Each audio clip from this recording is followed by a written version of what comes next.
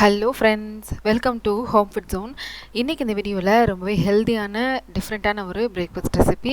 இங்கே இதை டிஃபனாகவும் இல்லை ஸ்நாக்ஸாகவும் செஞ்சு கொடுக்கலாம். ரொம்ப நல்லாயிருக்கும், ரொம்பவே டிஃப்ரெண்ட்டாக இருக்கும். புதுசாக ஏதாவது ட்ரை பண்ணி பார்க்க நினைக்கிறவங்க தாராளமாக இதை செஞ்சு பார்க்கலாம். இது செய்கிறதுக்காக ஒரு பேனை சூடு பண்ணிவிட்டு 2 டீஸ்பூன் அளவுக்கு எண்ணெய் ஊற்றிக்கோங்க. இதில் ஒரு 1/4 டீஸ்பூன் கடுகு நல்லா பொரிஞ்சதும் 1/2 டீஸ்பூன் சீரகம், 1 டேபிள் ஸ்பூன் அளவு கடலைப்பருப்பு சேர்த்து நல்லா வறுத்துக்கோங்க. கடலைப்பருப்பு லேசாக செவந்து வர வரைக்கும் லோ ஃப்ளேம்லேயே வச்சு ஒரு 30லேருந்து 40 செகண்ட் மட்டும் லோ ஃப்ளேமில் வறுத்திங்கன்னா போதும். நல்லா பருப்பு செவந்து வந்துடும். ஓரளவு பருப்பு நல்லா செவந்து வந்ததும் இதில் வந்துட்டு கொஞ்சமாக கருவேப்பிலை இந்த மாதிரி பொடிசாக கட் பண்ணி போட்டுக்கோங்க. ஒரு பெரிய வெங்காயம் பொடிசாக கட் பண்ணது, 1/4 கப் அளவுக்கு கொத்தமல்லி இலை அதையும் நல்லா பொடிசாக கட் பண்ணி போட்டுக்கோங்க. இது நம்ம நல்லா வறுத்து எடுத்துக்கலாம். வெங்காயம் நல்லா வதங்கி பச்சை வாசனையெல்லாம் போகணும், நல்லா சுருண்டு வரணும். வெங்காயம் நல்லா வதங்கினதும் இது கூட வந்து 1 டீஸ்பூன் அளவுக்கு மட்டும் இஞ்சி பூண்டு பேஸ்ட் சேர்த்துக்கணும். இஞ்சி பூண்டு பேஸ்ட் வந்து முடிஞ்ச அளவு ஃப்ரெஷ்ஷாக அரைச்சி சேர்த்துக்கோங்க, அப்போ தான் டேஸ்ட் நல்லாயிருக்கும். இஞ்சி பூண்டு பச்சை வாசனை போகிற வரைக்கும் இந்த மாதிரி வந்து லைட்டாக வந்து கலந்துக்கோங்க. ஓரளவு நல்லா இது எல்லாமே வறுப்பட்டதும் இது கூட வந்துட்டு தேங்காய் சேர்த்துக்கணும். தேங்காய் வந்து 1/2 கப் அளவு சேர்க்கணும். நீங்கள் துருவி சேர்த்துக்கலாம், அப்படி இல்லைன்னா மிக்சியில் போட்டு நல்லா பொடிசாக அரைச்சி கூட சேர்த்துக்கலாம். நான் வந்து இன்றைக்கி அரைச்சி சேர்த்துருக்கேன். 1/2 கப் அளவுக்கு தேங்காவை நீங்கள் மெஷர் பண்ணி எடுத்து சேர்த்துக்கோங்க. அடுப்பை வந்து லோ டு மீடியம் ஃப்ளேமில் வச்சு நல்லா கலந்துக்கோங்க. தேங்காயில் இருக்கிற ஈரப்பதெல்லாம் போயிட்டு நல்லா கொஞ்சம் ட்ரையாக உதிரியாக வரணும். அது வரைக்கும் நம்ம டைம் கொடுத்து வறுத்துக்கணும். கொஞ்சம் தேங்காய் வறுக்கிறதுக்கு தான் கொஞ்சம் அதிகமான டைம் எடுக்கும், மற்றபடி நம்ம சட்டுன்னு செஞ்சிடலாம். ஒரு 2லேருந்து 3 நிமிஷம் வரைக்கும் நல்லா அந்த மாதிரி கைவிடாமல் கலந்துக்கிட்டே இருங்க. தேங்காய் நல்லா இந்த மாதிரி நல்லா சுருண்டு வதங்கினதும் இது கூட நம்ம மசாலா எல்லாமே சேர்த்துக்கலாம். மசாலா பார்த்திங்கன்னா 1/2 டீஸ்பூன் அளவு மிளகாத்தூள், 1/4 டீஸ்பூன் கரம் மசாலா, 1/4 டீஸ்பூன் மட்டும் உப்பு சேர்த்துக்கோங்க.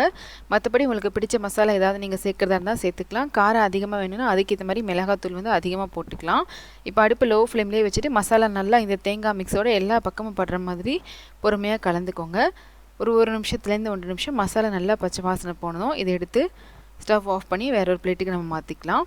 இப்போ இது செய்கிறதுக்காக நம்ம ஒரு மிக்சிங் பவுல் எடுத்துக்கலாம். இதில் 1/2 கப் அளவுக்கு பச்சரிசி மாவு, வீட்டில் அரைச்சதோ இல்லை கடையில் வாங்கினதோ எது வேணாலும் எடுத்துக்கலாம். 1/4 டீஸ்பூன் அளவுக்கு உப்பு, 1/2 கப் அளவு தண்ணி ஊற்றி நல்லா பிசைஞ்சிக்கோங்க. நார்மலாக ரூம் டெம்பரேச்சர் இருக்கிற தண்ணி ஊற்றிக்கலாம், சுடு தண்ணியெலாம் ஊற்றணும் தேவையில்லை. திரும்ப ஒரு 1/4 கப் அளவு தண்ணி சேர்த்து நல்லா கலந்துக்கலாம். மாவு கன்சிஸ்டன்சி பார்த்திங்கன்னா இந்த மாதிரி இருக்கணும். நீங்கள் எடுத்துருக்கிற பச்சரிசி மாவுக்கு ஏற்ற மாதிரி தண்ணி கொஞ்சம் அதிகமாகவும் இல்லை கம்மியாகவும் தேவைப்படலாம். கொஞ்சமாக ஊற்றி இந்த மாதிரி பிசைஞ்சு எடுத்துக்கோங்க. இப்போ இது செய்கிறதுக்காக இந்த மாதிரி இலை கட் பண்ணி எடுத்துக்கோங்க. இது அப்படி நம்ம மாவு சேர்த்துக்கலாம், எண்ணெயெல்லாம் தடவணும் தேவையில்லை. இதில் நான் வந்து 2 டேபிள் ஸ்பூன் அளவு மாவு சேர்த்துருக்கேன். நீங்கள் எந்த அளவுக்கு இலை கட் பண்ணி எடுத்துருக்கீங்களோ அதுக்கேற்ற மாதிரி மாவு நீங்கள் போட்டுக்கோங்க. நல்லா இந்த மாதிரி மெல்லிசாக தட்டி எடுத்துக்கோங்க. எந்த அளவுக்கு நல்லா மெல்லிசாக இந்த மாதிரி தட்ட முடியுமோ தட்டிட்டு இதில் நம்ம ஏற்கனவே செஞ்சு எடுத்து வச்சுருக்கிற அந்த தேங்காய் மசாலா மிக்ஸை ஒரு டேபிள் ஸ்பூன் அளவு தூவி விட்டுக்கலாம். இப்போ இந்த இலையை நம்ம கார்னர்லேருந்து இந்த மாதிரி மடித்து எடுத்துக்கலாம். உள்பக்கமாக வச்சு இந்த மாதிரி நல்லா ரோல் பண்ணி எடுத்துக்கோங்க. இப்போ இதே மாதிரி எத்தனை தேவையோ அத்தனை செஞ்சு ரெடியாக எடுத்து வச்சுக்கோங்க. நல்லா மெல்லிசாக தட்டணும், அப்போ தான் உங்களுக்கு நல்லாயிருக்கும்.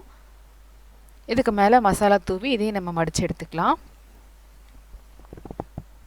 நல்லா இந்த மாதிரி இறுக்கமாக பிடிச்சி ரோல் பண்ணிங்கன்னா உங்களுக்கு மாவு வெளியே வராது, பிரிஞ்சு வராமல் இருக்கும். அந்த மாதிரி மாவு ஸ்ப்ரெட் பண்ணும்போது ரொம்ப கார்னர் வரைக்கும் பண்ணிடாமல் கொஞ்சம் அந்த 2 சைடுமே கேப் இருக்கிற மாதிரி பார்த்துக்கோங்க. அப்போ தான் உங்களுக்கு வேகும்போது மாவு வெளியே வராமல் இருக்கும்.